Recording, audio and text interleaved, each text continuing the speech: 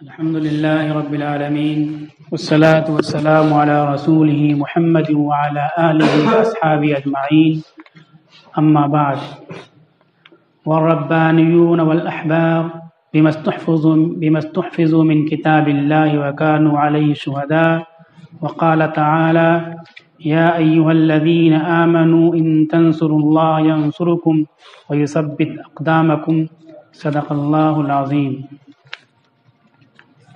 معزز سامعین، محترم حضرات، مختلف کاروبار اور پیشوں کے تعلق سے باتیں چل رہی تھیں اور یہ بات آئی تھی کہ جتنے بھی حلال اور جائز کاروبار اور پیشے ہیں ان میں جو لوگ مصروف ہیں بہت ہی زیادہ اس میں کمال اور خوبی پیدا کریں اور ایمانداری کے ساتھ کام کریں۔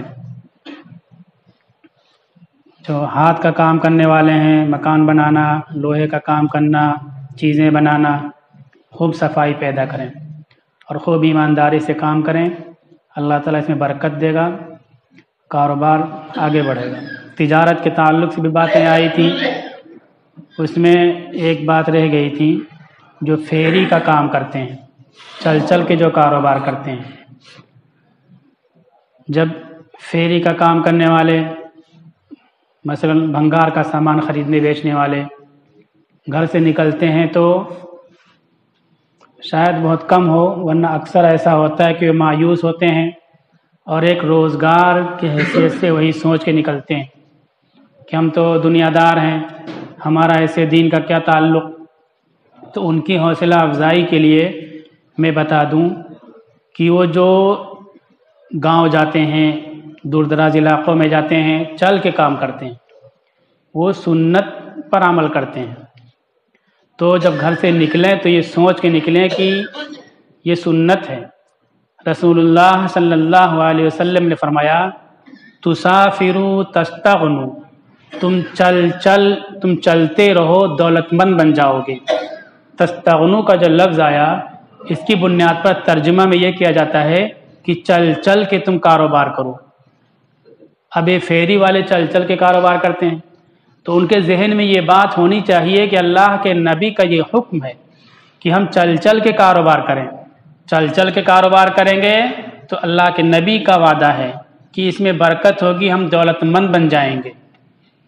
تو بہت ہی خوشی، بشاشت اور ثواب کی نیت کر کے نکلا کریں اپنے گھروں سے، چل چل کے کاروبار کیا کریں۔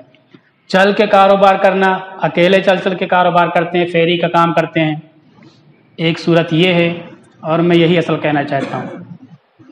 اس کے علاوہ چل چل کے کاروبار کرنے کی صورت ایک قافلہ بنا کر کے، خیمہ لے کر کے اور کیمپ لگائیں جا کر کے، پوری جماعت کے ساتھ رہیں اور پھر وہاں دکانیں لگائیں اور اپنے سامان کو بیچیں۔ وہاں کوئی کارخانہ ہو وہاں سے سامان لیں اور پھر خیمہ ساتھ میں لے کر کے الگ جا کر کے کیمپ لگائیں، وہاں اپنے سامان کو بیچیں۔ اس حدیث میں یہ بھی مراد ہے۔ رسول اللہ صلی اللہ علیہ وسلم کے پاس یمن سے کچھ لوگ آئے، انہوں نے ایمان قبول کیا اور پھر بات چیت ہوئی تو اس میں آپ صلی اللہ علیہ وسلم یمن اور ان علاقوں کی بہت سی بستیوں کے بارے میں پوچھنے لگے۔ تو اس پر محدثین نے یہ شرح کی ہے، شراح نے، کہ رسول اللہ صلی اللہ علیہ وسلم ان بستیوں میں بھی قافلہ لے کر کے تجارت کے گئے اور چل چل کے آپ صلی اللہ علیہ وسلم نے تجارت فرمائی ہے۔ تو جو پھیری کا کام کرتے ہیں وہ لوگ پوری دینی پہچان کے ساتھ، سنت جان کر کے، ثواب سمجھ کر کے یہ کام کریں، دل جمعی کے ساتھ کام کریں۔ یہاں ایک بات اور آتی ہے، یہ چل چل کے کام کرنے کا حکم دیا گیا، اس کو فضیلت کی چیز بتلائی گئی، اس میں کیا خوبی ہے؟ اصل بات ہوتا یہ ہے کہ چلنے سے اپنی تہذیب، اپنی چیز دوسروں کو معلوم ہوتی ہے اور آپ دوسروں کی چیزوں کا، دوسروں کے حالات کا، سوچ کا اور فکر کا مطالعہ کر سکتے ہیں کہ لوگ کیا سوچتے ہیں، لوگوں کی سوچ کیا ہے، لوگ کس طرح زندگی گزار رہے ہیں۔ آپ اگر مسلمان ہو کر کے پھیری کا کام کر رہے ہیں تو لوگ اسلام کو جانیں گے، اسلام کو پہچانیں گے۔ آپ جب فیری کے لیے نکلے ذہن میں سنت کا تصور ہی نہیں ہے، دین کا تصور ہی نہیں ہے، صرف یہ کہ کچھ مال کچڑا مل جائے لا کر کے ہم بیچ دیں 4 پیسہ مل جائے، تو یہ چلنا، اس چلنے کے لیے آپ صلی اللہ علیہ وسلم نے حکم نہیں فرمایا ہے۔ چل کے تجارت کرو، تم مالدار بن جاؤ گے، لیکن اس چال کے ساتھ تمہارا دین ہونا چاہیے، تمہاری پہچان، تمہارا مذہب، سب کچھ لوگوں تک پہنچنا چاہیے۔ اس لیے تجارت کی فضیلت اور جس میں چلنا زیادہ پایا جائے اس کی باتیں بیان کی گئیں۔ اب یہاں رک کر کے میں بہت سی مثالیں سنت میں موجود ہیں، لیکن میں یہاں رک کر کے گرو نانک جی کی مثال دوں گا۔ گرو نانک جی ایک جگہ گئے تو وہاں کی بستی کے لوگوں نے ان کے ساتھ زیادتی کی، بد اخلاقی کی، تو ان لوگوں کو دعا دی۔ مردانہ صاحب چار لوگ تھے ان کے ساتھ میں رہنے والے، جس میں 3 مسلمان خاندان کے تھے، ایک دوسرے خاندان کے تھے۔ تو مردانہ صاحب مسلمان خاندان سے انہوں نے پوچھا کہ حضرت آپ نے ان کو دعا دے دی کہ آپ یہیں آباد رہو، بسے رہو۔ دوسری بستی میں آگے گئے، وہاں لوگوں نے بہت ہی محبت اور اکرام کا معاملہ کیا، احترام کیا ان کا۔ جب نکلنے لگے تو ان کو کہا تم لوگ ایک جگہ نہ رک سکو، تم لوگوں کے گھر اجڑ جائیں، تم چلتے رہو۔ تو مردانہ صاحب نے پوچھا کہ حضرت آپ نے وہاں ظلم کیا ان لوگوں نے، اور آپ نے ان کو روکے رہنے کے لیے کہا، ان لوگوں نے اخلاق و محبت کا معاملہ کیا تو ان کے اجڑ جانے کی دعا کی۔ تو گرو نانک جی نے کہا، میں گرو نانک جی کو حضرت لکھتا ہوں، میری کتاب ہے اردو، ہندی، انگریزی تینوں میں، اردو میں چھپی ہوئی ہے، ہندی اور انگریزی میں سوشل میڈیا پر ہے۔ انہوں نے کہا کہ وہ لوگ جنہوں نے ہم کو ستایا وہ بد اخلاق لوگ ہیں، غلط لوگ ہیں، سماج کے لیے نقصان دہ ہیں، وہ دنیا میں چلیں گے تو سب جگہ فتنہ پھیلاتے رہیں گے، اس لیے غلط لوگ، ظالم لوگ ایک جگہ ٹھہرے رہیں۔ یہ اچھے لوگ تھے، ایک جگہ سے اجڑ جائیں گے، دوسری جگہ جائیں گے تو خود اچھے رہیں گے اور دوسرے لوگوں کو بھی اچھا کر دیں گے۔ یہ شریعت کا تصور ہے کہ چلتے رہو، چلتے رہو۔ چلنے کے بہت سے ذرائع، بہت سے وسائل، بہت سے اسباب ہیں، بہت سے عوامل ہیں، اس میں ایک عامل تجارت ہے، فیری کا کام ہے۔ ادھر ساحل سمندر کی طرف جو آبادیاں ہیں اس میں بہت سی قومیں ایسے جو یمن اور عرب ممالک سے آئے تجارت کی غرض سے، میں اس طرف گیا تو کچھ برادریاں ایسی ہیں جو ایک جگہ آباد ہی نہیں ہیں۔ ان کا کہنا یہ کہ ہمارے باپ دادا یہاں اسلام کی دعوت کے لیے آئے تھے، اب اسلام کی دعوت کے لیے آئے تو یہاں کوئی ان کو تنخواہ دے گا، کوئی کھیتی دے گا، کیا کرے گا؟ وہ خرچہ ان کا کیسے چلے گا؟ تو وہ سامان بھی بیچا کرتے تھے، سامان بیچتے تھے، پیسہ ملتا تھا، آمدنی ہو جاتی تھی، گزر بسر کا انتظام ہو گیا، اور اسلام کا پیغام بھی پہنچا رہے ہیں، تو کسی کے اوپر بوجھ بھی نہیں بنتے تھے، اپنا روزگار بھی حاصل کرتے تھے، اللہ کا پیغام بھی پہنچاتے تھے۔ چونکہ دعوت کے جذبے سے آئے تھے تو اس کا اثر یہ ہے کہ آج بھی 1400 سال بیت چکے ہیں، ہماری 2 نسلیں صرف ایک جگہ رکتی ہیں، تیسری نسل پوتا پر پوتا کسی دوسرے شہر میں جا کر کے بس جاتا، آباد ہو جاتا ہے۔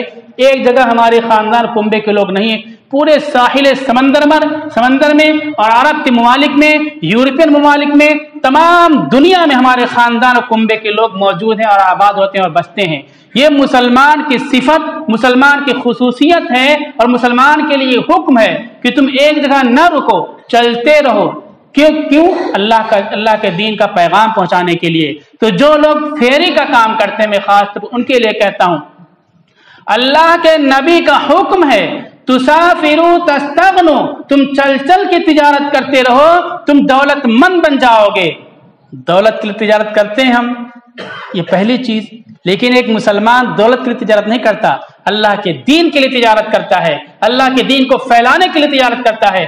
آپ کرتا ٹوپی پیجامہ میں پہن کر کے ایک بستی سے نکل جاتے ہو، سامان بیچ کر کے جاتے ہو، پیسہ کما کر کے جاتے ہو، دیکھنے میں پیسے کا آپ نے معاملہ کیا ہے، لیکن حقیقت یہ ہے کہ ایک فتنوں کا جال جو اسلام کے خلاف بچھا ہوا ہے، مسلمانوں کے خلاف بچھا دیا گیا ہے، وہ سارا جال توڑ کر کے آگے نکلتے ہو۔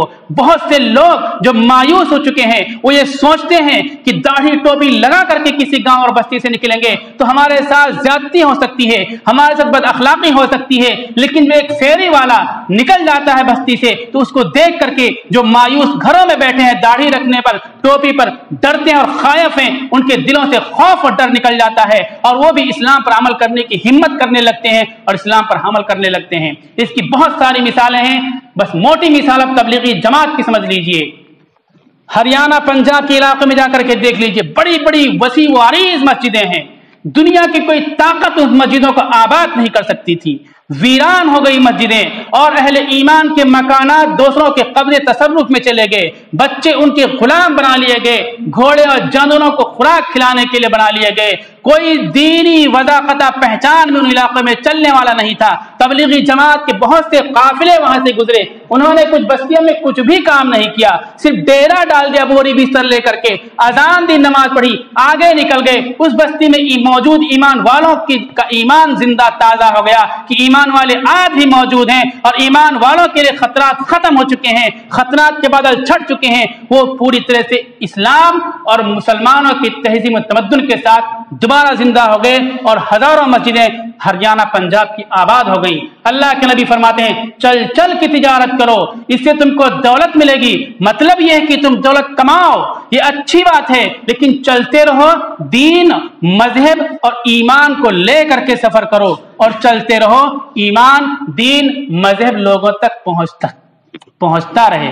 تو ہم لوگوں کو جو کام کاروبار کرتے ہیں اس میں مایوس نہیں ہونا چاہیے، دینی پہچان، دینی تشخص کے ساتھ آگے چلنا چاہیے۔ ابھی حالات دنیا بھر باتیں سنتے رہتے ہیں ہم، آخر مولوی بھی تو اسی ملک میں رہتے ہیں، ٹرینوں میں چلتے ہیں، بسوں میں چلتے ہیں، بازاروں میں چلتے ہیں، کون ان کو گھول کے پی جا رہا ہے؟ تبلیغی جماعت کے لوگ اپنے بوری بستر کو لے کر کے چلتے ہیں، ٹھنڈک کے دنوں میں، گرمی کے دنوں میں، برسات کے موسم میں، کون ان کو گھول کے پی جا رہا ہے؟ یہ لوگ بھی تو مسلمان ہیں۔ اگر تمام مسلمان دینی پہچان کے ساتھ چلنے لگیں، سفر کرنے لگیں، تو ہوا کا رخ بدل جائے۔ چلنا یہ معمولی بات نہیں ہے۔ عید کے موقع پر جو 13 سنتیں ہیں اس میں ایک سنت یہ ہے کہ ایک راستے سے آؤ، دوسرے راستے سے جاؤ۔ چلنا کہا گیا، چلنا، اس میں چلنا پایا جاتا ہے۔ ایک راستے سے آؤ، دوسرے راستے سے جاؤ، کیا ہوگا اس میں؟ ایک آدمی 2 دکھائی پڑے گا، اور کم سے کم عید کے دن سفید کپڑا تو پہنتے ہیں، مسلمانی پہچان کے ساتھ چلتے ہیں، تو ایک آدمی 2 دکھائی پڑے گا، اسلامی تہذیب دکھائی پڑے گی۔ ایک راستے سے آؤ گے، دوسرے راستے سے جاؤ گے، ذکر کرتے ہوئے جاؤ گے تو نظر بھی پاک ہوگی، کسی کو تکلیف بھی نہیں پہنچاؤ گے، اور سماج، گھر، محلے، بستی میں یتیم بچے، غریب، ضرورت مندوں پہ بھی نظر پڑے گی، ان کی بھی ضرورت دور کرو گے۔ تو یہ چلنا پوری طرح سے اسلام کی ترجمانی اور اسلام کا پہچان بن جاتا ہے۔ اس لیے حکم دیا گیا چل چل کے کاروبار اور کام کرتے رہو۔ یہ چیز رہ گئی تھی اس جمعہ کو کہ جو فیری کا کام کرتے ہیں وہ مایوس نہ ہوں، وہ سنت جان کر کے، ثواب جان کر کے چل چل کے کاروبار کیا کریں۔ جب صبح نکلا کریں تو یہ جانیں کہ ہمارے نبی کا حکم ہے کہ چل چل کی تجارت کرو، اس میں دولت ملے گی، دولت زیادہ تم کو حاصل ہوگی، تم مالدار بن جاؤ گے۔ مالدار بننے کے لیے نکلتے ہیں، لیکن یہ چیز دماغ سے نکل جاتی ہے کہ اسلام کا حکم ہے، دین کا حکم ہے، لیکن اپنی پہچان کو نہیں چھپانا ہے، بالکل نہیں چھپانا ہے۔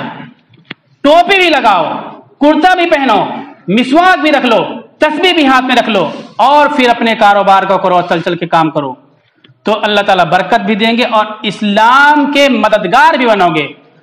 ہم نے دوسری آیت تلاوت کی، جو پہلی آیت تلاوت کی اس کو میں چھوڑ رہا ہوں، دوسری آیت تلاوت کی، اس میں اللہ تعالیٰ کہتے ہیں ان تنصروا اللہ ینصرکم ویثبت اقدامکم، اگر تم اللہ کے دین کی مدد کرو گے، ینصرکم، تو اللہ تمہاری مدد کرے گا، تمہارے قدموں کو جما دے گا۔ ہمیں سوچتے ہیں کبھی مقابلہ ہو جائے، سامنے کوئی کھڑا فوج آ کر کھڑی ہو جائے، پھر جا کر کے مقابلہ کریں گے، یہ بھی مراد ہے.